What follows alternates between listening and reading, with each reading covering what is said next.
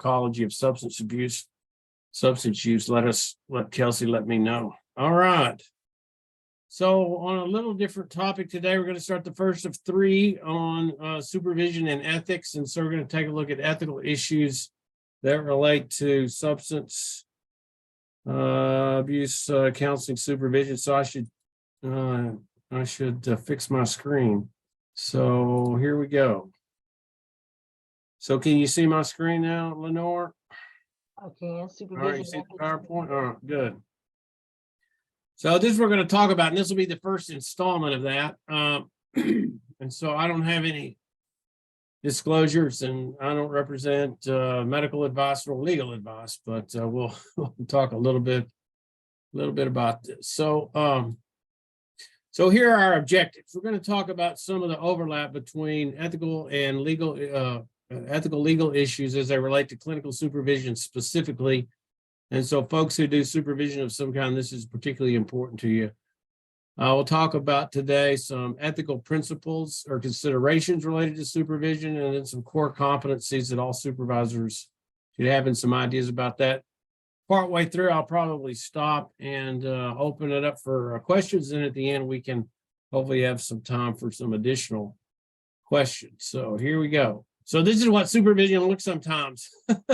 Sometimes it looks this way for the supervisee. That maybe is to be expected, but hopefully it doesn't look this way very often for the supervisor. And so we want to get some answers and some direction to what we're doing in supervision. So here are some ethical considerations that we probably ought to be taking a look at or paying attention to.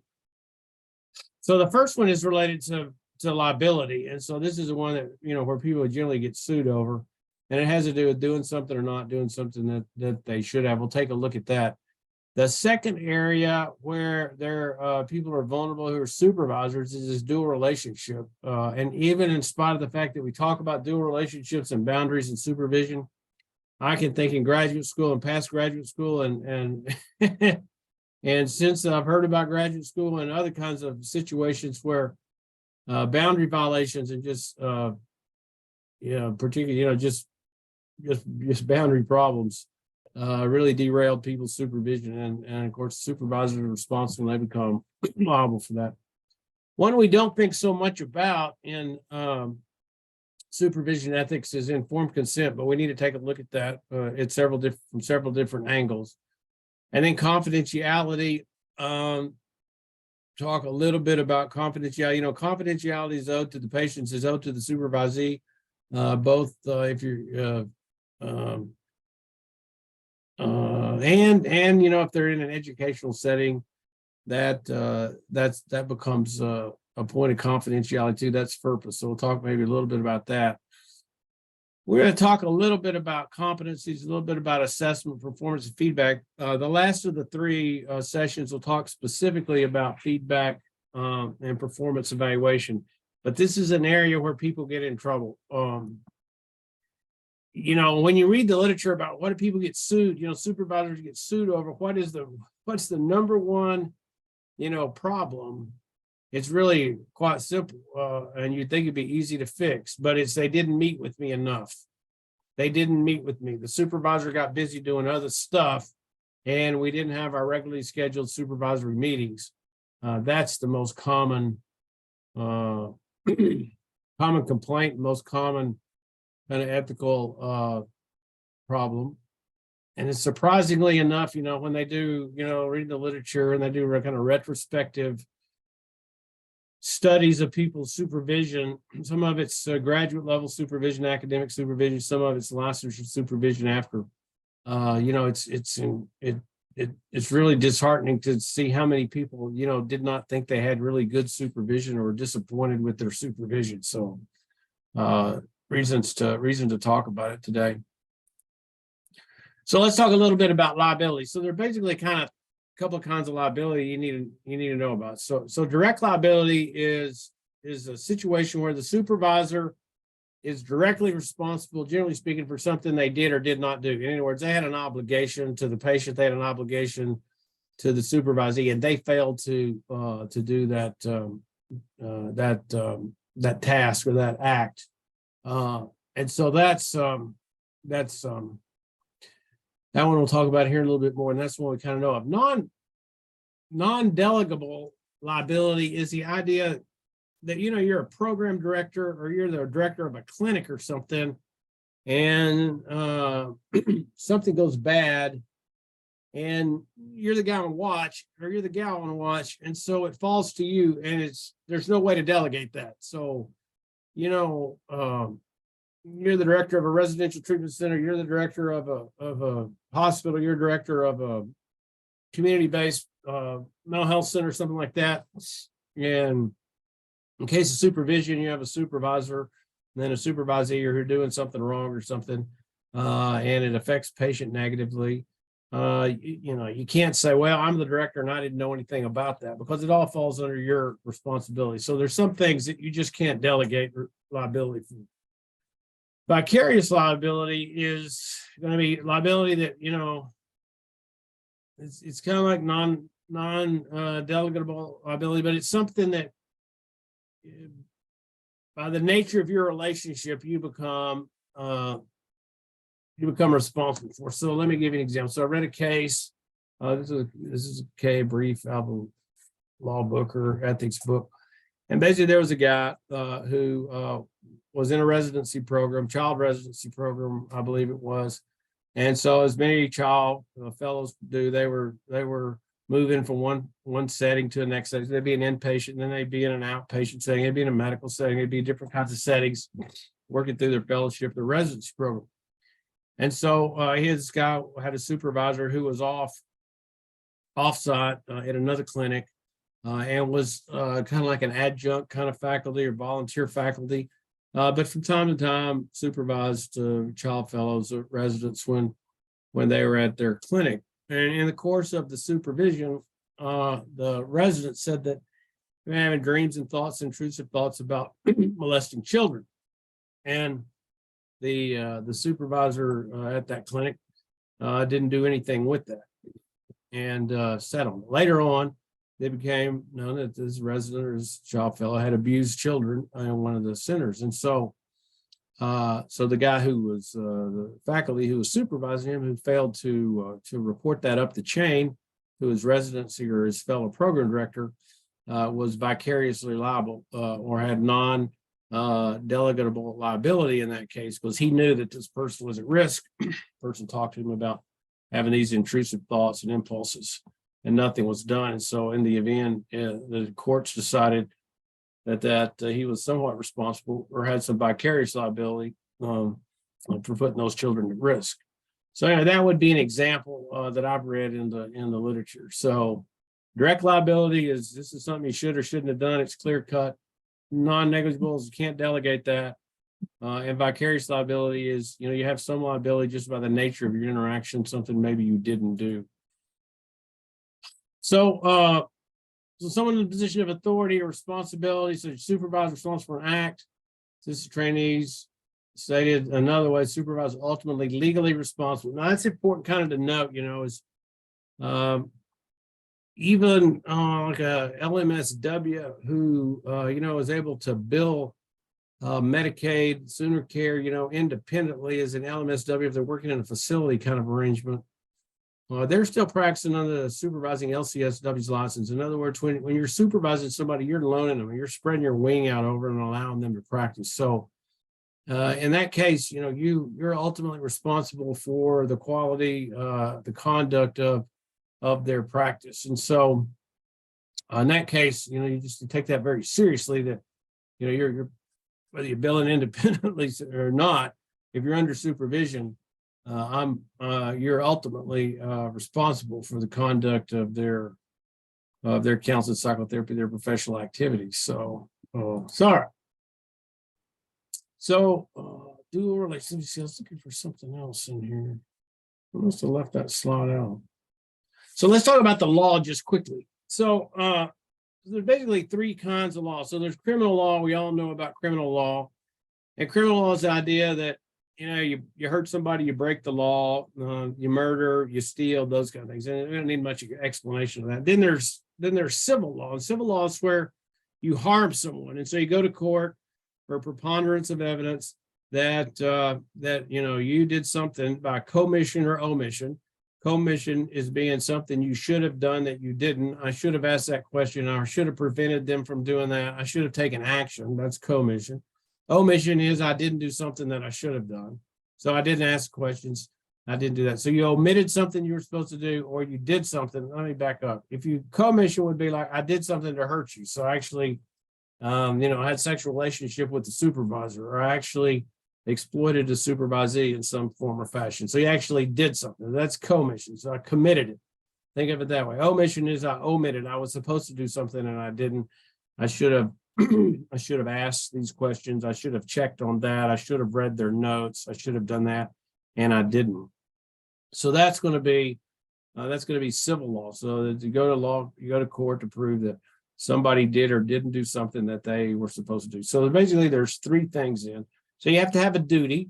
You have to have a duty to protect somebody. You have to have a duty to make sure that happens. You have to make a duty not to make sure that that happens. And then there was some kind of harm that was done. So that'd be the second thing you have to prove. Some kind of harm occurred. So the person actually was injured in the situation. The person actually cost them monetarily in a situation where it shouldn't have. Somebody,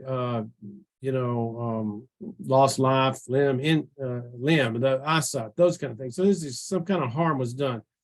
And then the third thing you have to show is proximal cause. So there's a relationship between the commission or the omission and whatever harm was done. So you have to show proximal cause.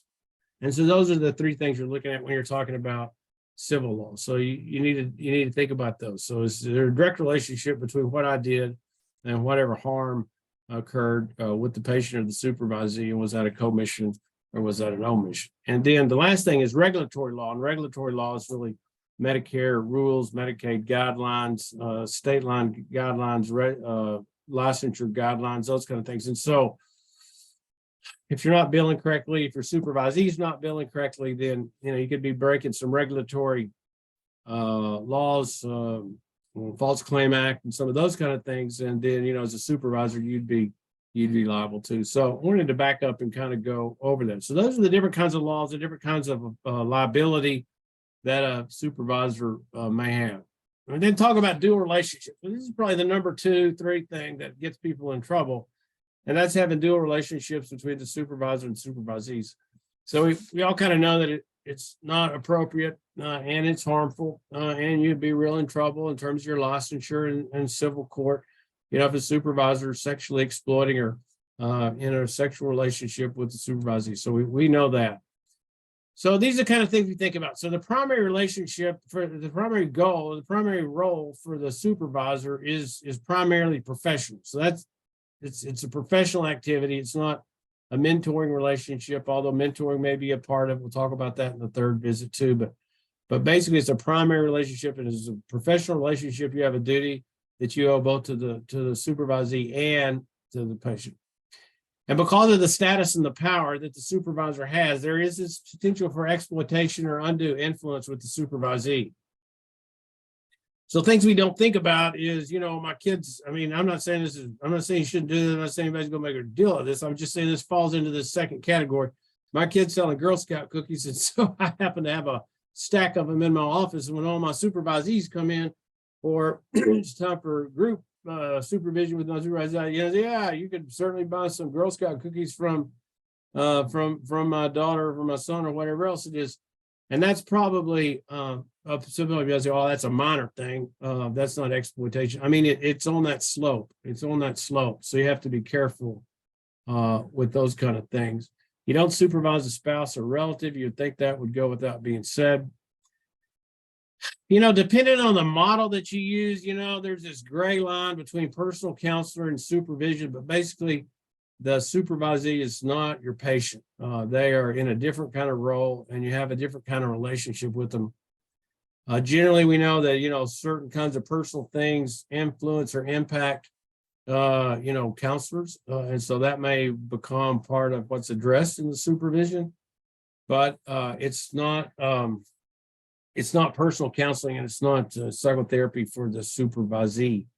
So we need to be aware of that. Usually what I do is if it's something that's, we've run into this thing a couple of times, and it's influencing the counselor, the supervisee's decision-making or their judgment, then we'll probably just need to say, well, I think it'd be, this is one of those kind of times where you ought to get your head shrunk. You ought to go see a counselor for yourself. You ought to do something. You need to address this because it's affecting your professional work.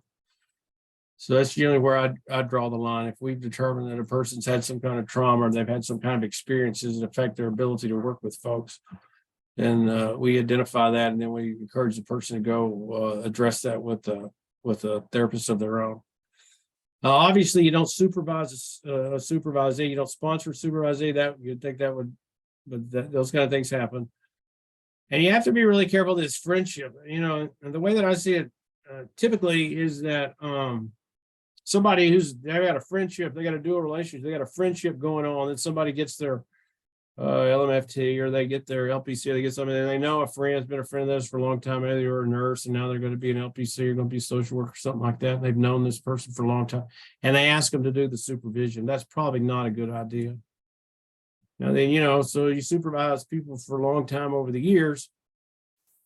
Excuse me, once they, so to speak, graduate, then there is opportunity for them to become friends. There is opportunity for them to become colleagues. There's opportunity for them to become those kinds of things. But as a supervisor, there are certain times when you need to have the freedom and the flexibility to say what it is you need to say to the supervisee, and the relationship or the friendship or the joint business owner or whatever else. You don't want that to get in the way so that you're not able to address what you need to address. So these are some dual relationship boundary potential concerns. So what do we do? Well, we try to help the supervisee understand what a dual relationship is. So I always feel bad about doing these talks because there'll be several people in here who are supervisees of mine. And I think, oh man, they're grilling me. They're saying he never does that. I never saw him do that. And so I expect to get roasted over the next couple of weeks, but it'll help me straighten out what I need to do. But I always think it's a good idea in the course supervision to review the code of ethics in some form or fashion that you're practicing under, and to understand what a dual relationship is.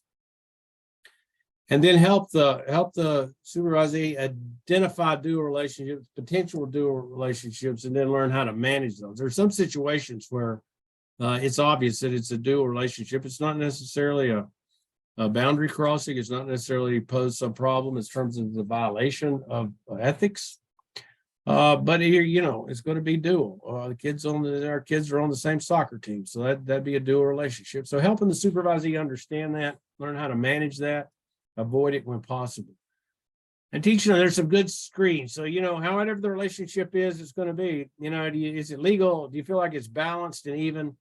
And how do you feel about it yourself? I mean, so would you like to be in the other side of that relationship? So ideas about dual relationships, but it is definitely important that we help our supervisees identify that. I remember once I was supervising a person, we talked about this, and it wasn't 2 months later, this person was living with the patient, and obviously, we didn't explain dual relationships, ended up having to sever that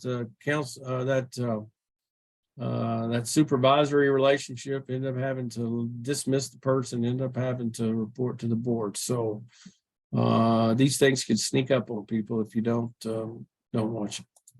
All right. So informed consent. So there's different levels of informed consent. So the supervisee, we think of this one as kind of the normal. So this is the provider, patient, and informed consent. So this is supervisee's informed consent with the patient. So you agree, you consent to see me, so forth and so on.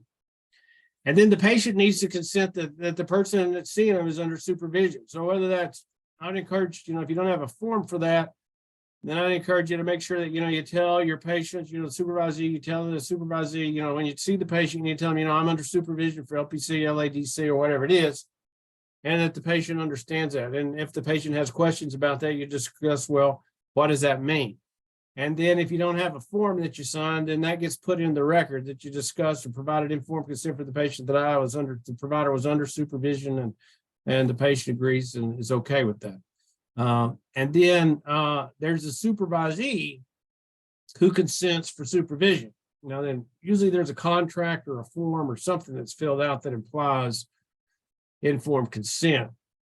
But it's probably more than that. And so we'll take a couple of slides here and we'll take a look at, the full spectrum of informed consent for supervision. Before I get to informed consent, though, any questions about the stuff I want to stop? Any questions about dual relationships or vicarious liability? These three kinds: direct liability, non-delegable liability, and vicarious. Any questions, comments, or stories anybody's God all knows that they want to share this Friday afternoon?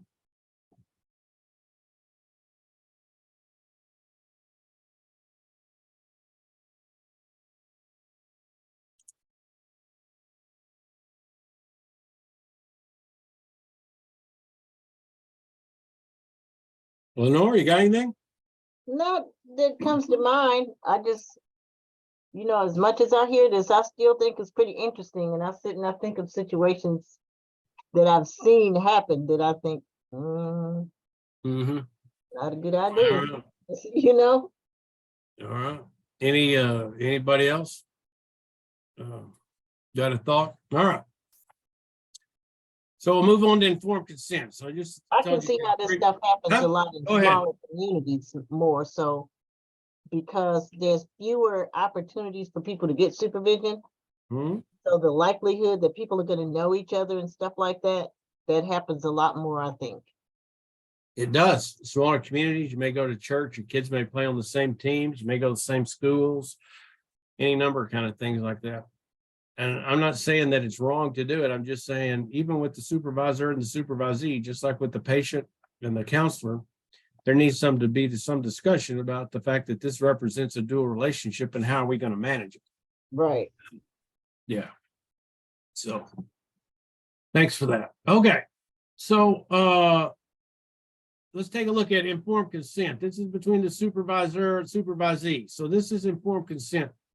So like I said, you fill out most professions, you fill out some kind of contract. It kind of says what we're going to do, but there probably needs to be a more general discussion.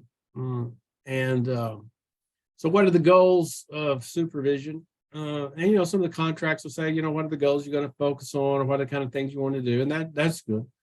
But there needs to be that, and it needs to be kind of an ongoing kind of evaluative process about, what are the goals and is it meeting your needs, and you feel like you're learning what you need to learn, and you're getting the experience you need to get to, and those kind of things. And in some cases, there may need to be some discussion about the evaluation process and the competencies. So we'll talk about this next time. But if you look at the LADC, they've got a long list of competencies in various areas that you're supposed to check off. Other disciplines, may have a list of competencies. Some don't. And so it's more just the subjective evaluation of the supervisor. But how are you going to be evaluated? And, sometimes this goes the other way with the supervisee. And so I usually try to explain this. Hopefully anybody I'm supervising now understands it. But, I don't guarantee that you're going to pass any exams. I might help you with some exams. I might point you in the directions, excuse me, or give you some readings, but I have no bet. I have no insurance that you're going to pass the exam. That's up to the supervisee. And I'll help with that, and I'll do what I can. But I don't ensure that. So addressing these expectations are important. So another thing, I see Cynthia's on there, and I don't know, Cynthia, that we did this, thinking back. I mean, we just kind of started, but it would be important to take a look at, your professional background. So as a supervisor, what is your background? Where did you go to school? What'd you do? What'd you learn? What kind of settings have you been in? Those kind of things. Sometimes you share your CV, maybe not. As a supervisor, the supervising might want to know, what were your training experience? What have you done? Have you done home visits? Did you do hospice? Did you do these kind of things? Work in a hospital, primarily in a medical setting, or what did you do? Theoretical orientation about how you practice would be something that the supervisee probably ought to know. What you think as a supervisor, the supervisee ought to know what are clinical competencies. So, what do I think? What do I think a clinical, LADC is, or a clinically competent social worker or psychologist? So those would be the things. And then how do you go about doing supervision? You know, I think I don't know if we talked about this, but the gold standard is observation. I mean, that when you read the literature, it's observation. Now, that observation could be recordings or it can be live observation. But the gold standard is observation. And so that might be something that needs to be discussed with the supervisee. Do you have, you know, do you mind? Are you able to do some kind of recording of your visits? And if not, what's that about? And that is an expectation. And when you're talking about informed consent with the supervisee and with the patient, that level of informed consent, that might be something that needs to be part of the informed consent. Now, as my supervisor expects us to be some recordings of our visits and then be able to explain to the patient why that's important and how it helps the patient and all that. And your supervisor should help you come up with that narrative. But that is the expectation of quality supervision, that you are observed through recording or live supervision. And it's not just once in a blue moon, it's regular.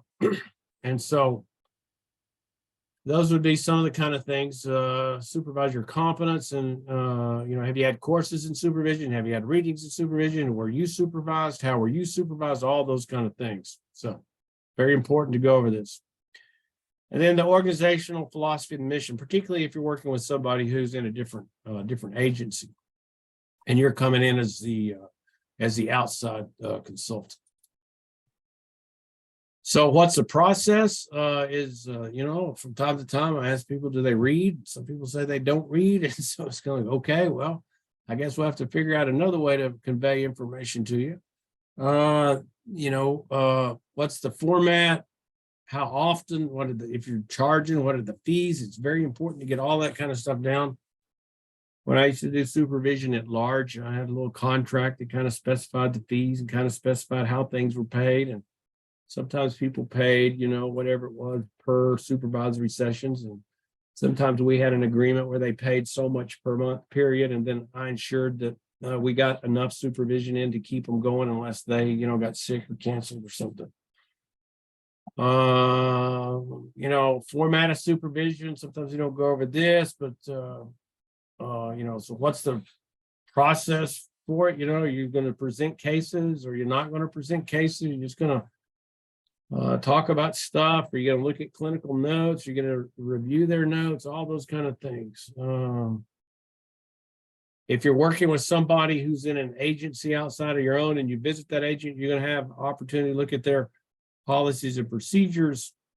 You're going to have opportunity to look at the person's documentation, those kind of things. So all those kind of things in terms of informed consent and the supervisory agreement need to be addressed. And just like with patients and with clinicians, dual relationship comes up. So it'd be important to address dual relationships. So, you know, I've done it a couple different ways. So I've been like supervisor at large, and people just come to you from the community and they want your supervision, and you give them supervision, and they, you know, you work out some kind of payment arrangement, and that works. And then I told you, you know, sometimes people just do it, you know, pay on a monthly basis, then we get the supervision in necessary. And then at other times, it gets a little bit more dual relationship-ish. And that is, you know, maybe there were times, you know, when I was the supervisor for an agency. And so an agency paid me to supervise their clinicians. And I might provide some consultation supervision for fully licensed people, but mainly what I did was work with people that were under licensed. At that time, I was licensed at LCSW, I was licensed at LMFT, and I was licensed at LPC, and so I was able to do supervision and an LAD. So I was able to do supervision for all four of those disciplines or those boards. And so they would hire me to just do supervision. And so the dual relationship piece is like, then when the owner, the program director, you know, got ready to do that employee's annual evaluation, you know, would they call me and say, hey, how's the person doing? And so we had to have some discussions about what that meant. And that had to be discussed between the program director, the owner, whoever was paying me for the agency, and between then me and the supervisee. But I remember when I was young and being supervised, this is probably for informed consent, but I had supervisors, and I didn't even have any clue about this, and I was under supervision, and I was young and learning and all that stuff.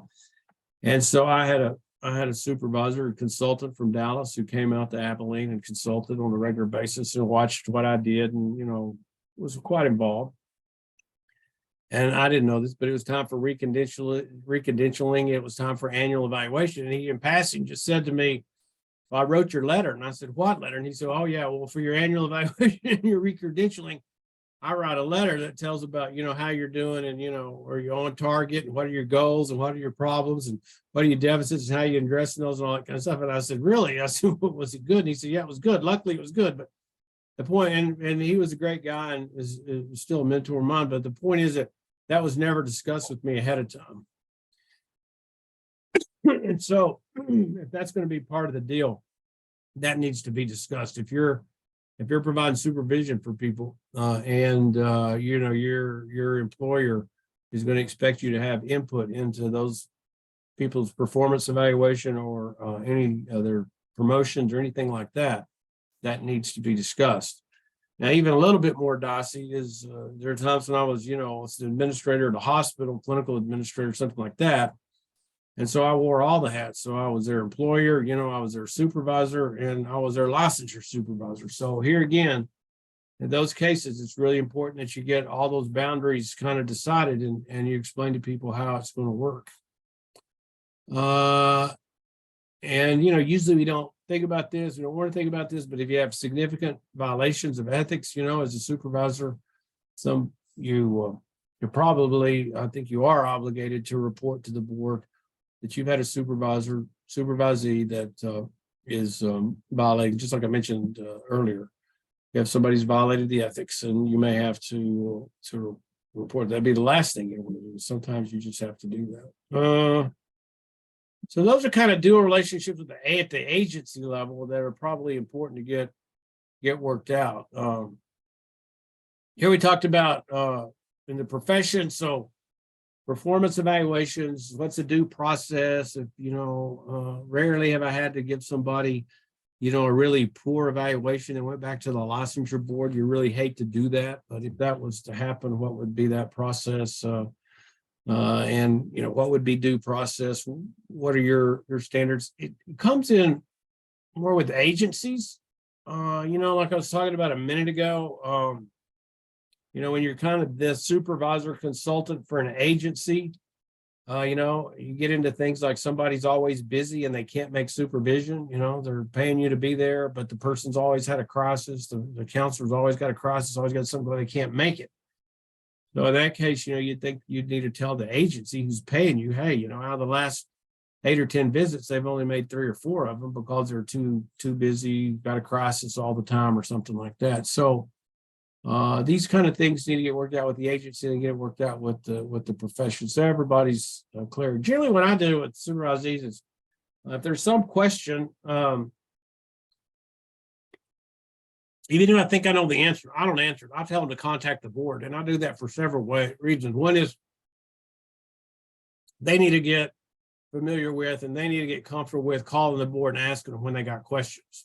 So I want them to go through that process and figure out who's at the board, and who Rick Pearson is, and, and how you get hold of him, and what he talks about, and those kind of things. And so I want them to do that, and then I want them to hear from themselves. I don't want to be spoon feeding them. And so sometimes they'll come back and say, well, the board said this, or what about that? We'll talk about what that means, or how we interpret that, or how we implement that.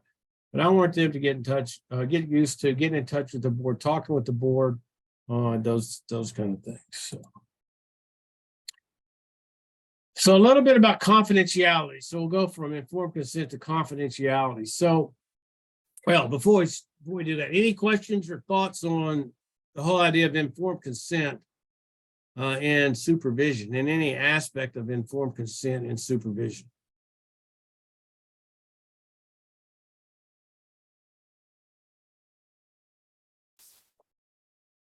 Dr. Fink, you got any thoughts about that?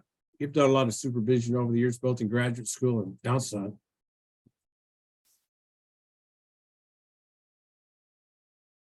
Okay. Anybody else got a comment?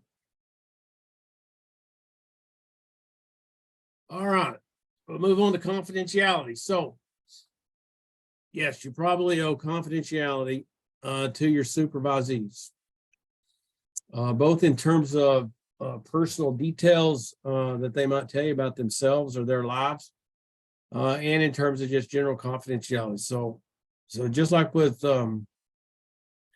clinical work, just like with supervision, confidentiality and trustworthiness are kind of at the center of the bullseye. So that's something we want to ensure.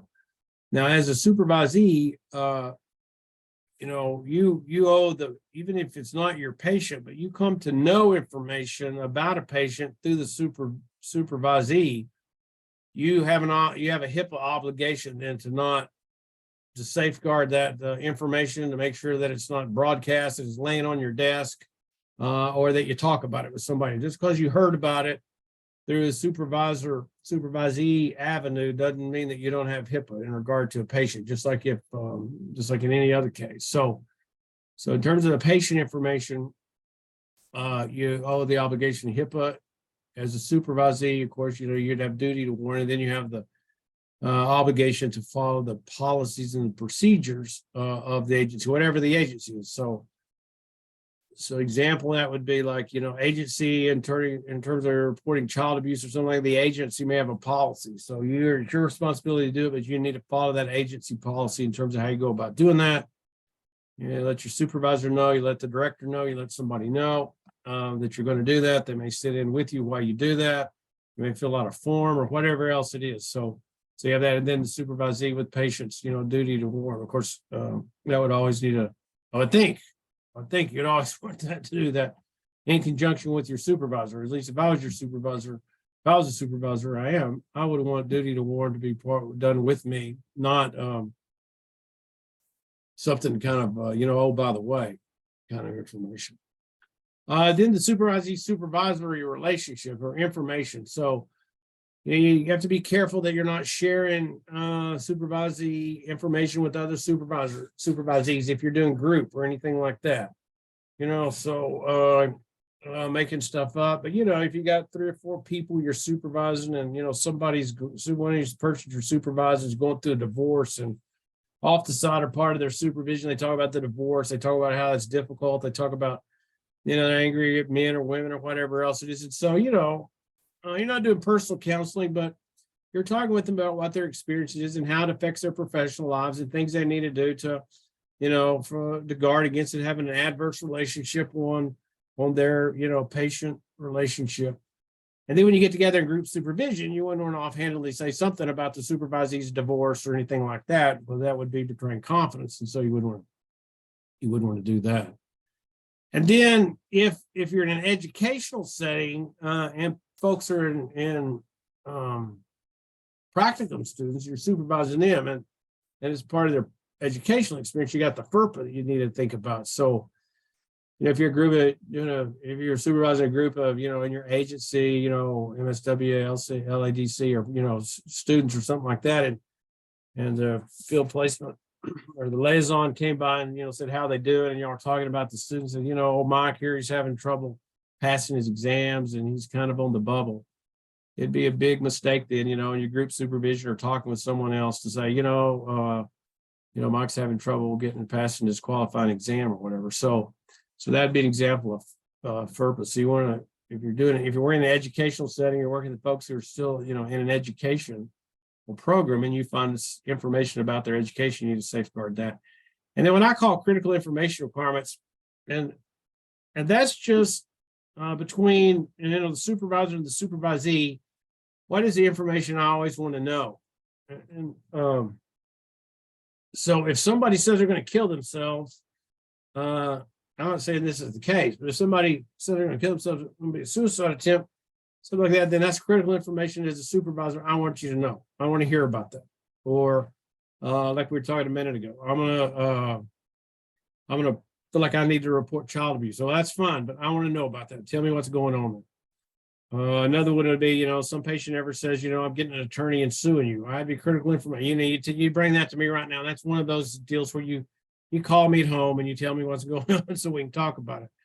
So CIRs are just, that's a military kind of concept or idea, but I think it's not a bad idea to establish CIRs. Particularly, the way I supervise now, most of the folks here on the Health Science Center, I know about them. I know other people that work with them. I know their settings. I visit their settings. So I have a pretty high degree of confidence that if something goes south, I'll be notified or I'll know about it. But if you're you're hopping around from agency to agency doing supervision, or you're seeing multiple people who maybe work in the agency, in the city in different capacities, you might want to establish some CIRs just so that they know what's critical information you want to know about now. So, anyway, let's cover those things. So any questions about that? Comments, stories?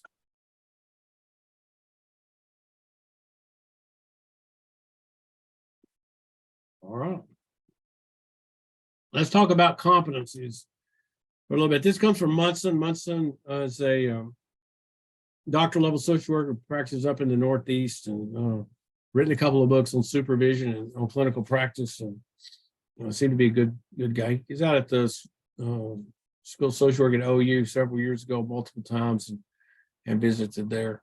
So the number one is the one that gets most supervisors in trouble, and that's consistent regular intervals. And we'll talk about this for LADCs in the next visit, but it's important to know what the frequency of supervision ratio, and how long it needs to be. People go on vacations, miss a week, get sick, and so you kind of need to know that.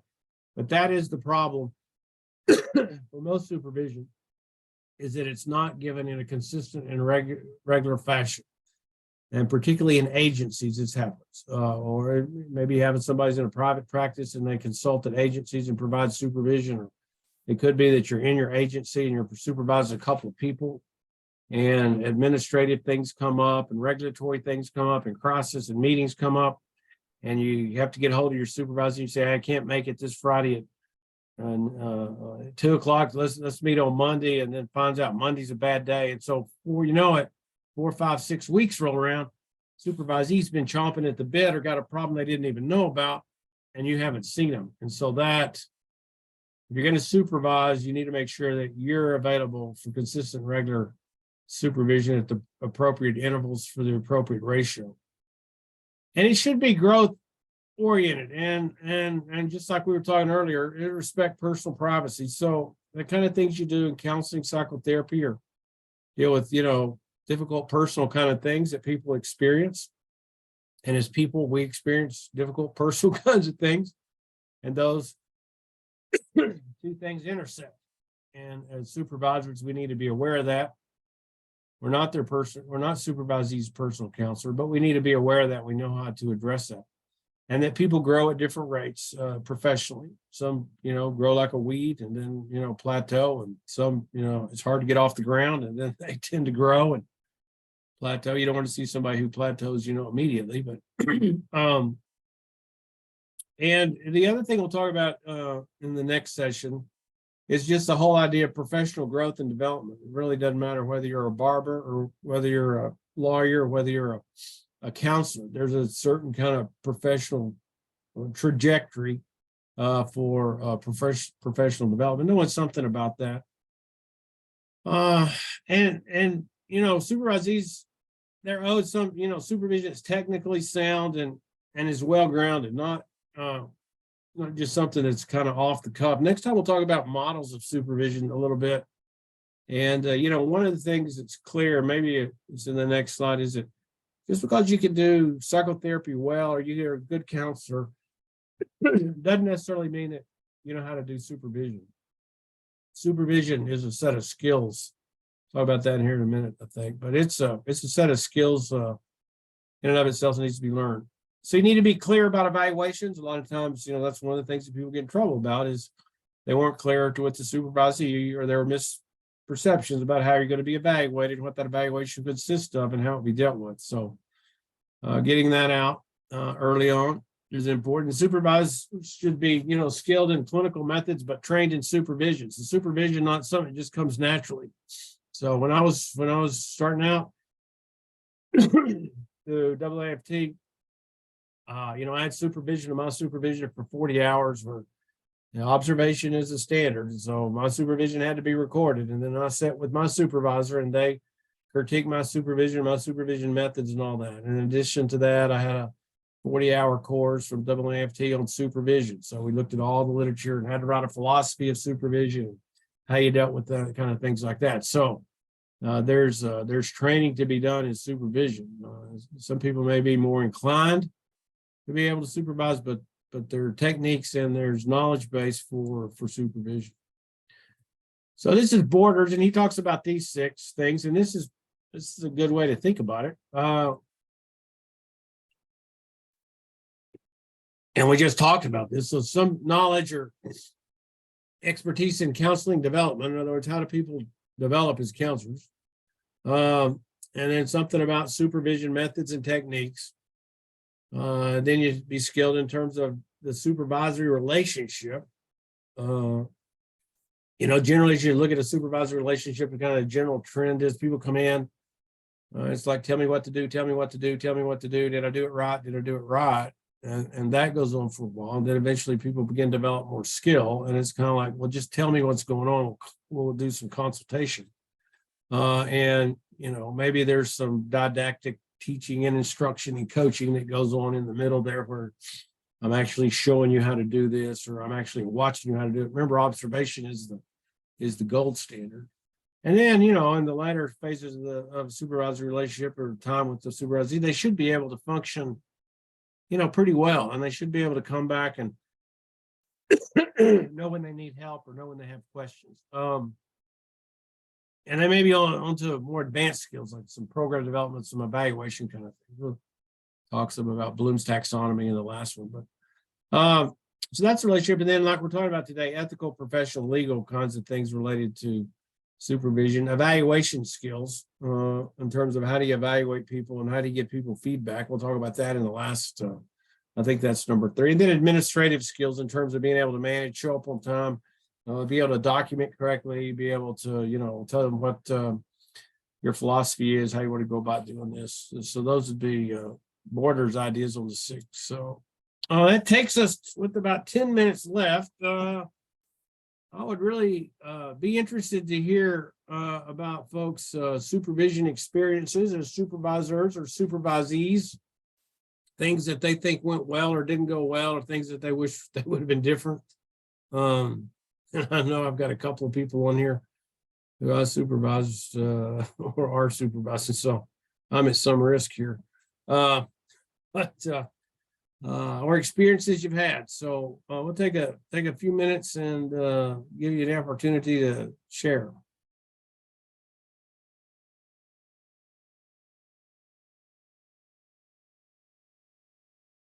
If you're talking to us, Lenore, you're muted. The last person I supervised, you suggested that I supervise somebody within our agency for future reference, because I supervised somebody who was not within our agency. And I think that the thought of that just made me a little bit uncomfortable throughout that entire experience. And I think that from here out, when I supervise somebody, I do want them to be within our agency. I think I'll have a little bit more of an opportunity to see what's going on. I think that's true. I mean, if you're going to supervise at offsite places, my experience has been you really need to be prepared to go see them. And you need to, I think, from a social perspective, you need to look at their policies and procedures. You need to have an agreement that you can look at their documentation, that you can come on premises, that you have some fairly high level of confidence in what they're doing and where they're practicing and all that kind of stuff. So anyhow, yeah, Steve, were you going to say something? You're muted, Steve, by the way. You're muted, Steve. That's a great presentation as always. It's always a good topic. Needs to be reviewed by me like 3 times a year. Well, thanks. Thank you. You bet. All right, Samantha, what do you got for us? Oh, I didn't know you were on here. You're muted, Samantha. I think it was important, like Lenore was saying, that the supervisor be on site, and if not on site, then definitely know what you're doing. Our case in point, the jail experience. Right.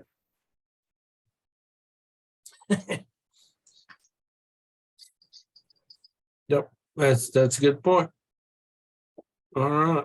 Other thoughts about informed consent, dual relationships, any other things? Yeah. Alexander, Carol? Isn't it important to have a backup supervisor in case they get sick or you're sick and can't attend? Well, your yes, weekly sessions?